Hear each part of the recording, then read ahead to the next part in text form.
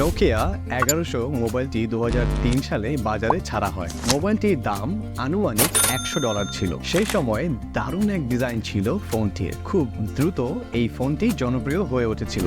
Nokia 1100 কেসটি ক্যালিফোর্নিয়ার Nokia design সেন্টারে তৈরি করা হয়েছিল। সেই সময়ে বেস্ট সেলিং ফোন ছিল নোকিয়া 1100। মডেলটি 27 আগস্ট 2003 সালে ঘোষণা করা হয়েছিল এবং সেপ্টেম্বর 2009 সালে মডেলটি বন্ধ করা হয়েছিল। সেই সময়ে অনেক আধুনিক ফোন থাকলেও নোকিয়া 1100 ফোনটি সবার মনে জায়গা করে নিয়েছিল।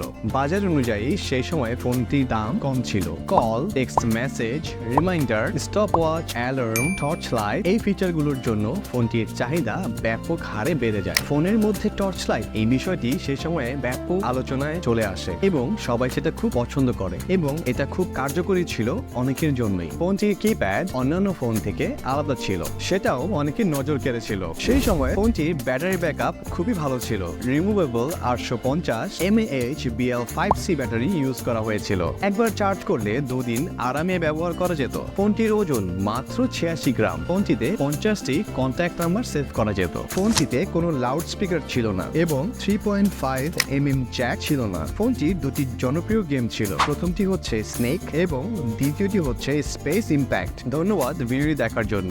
যদি ভালো লেগে থাকে অবশ্যই কমেন্টে জানাবেন। আসসালামু আলাইকুম।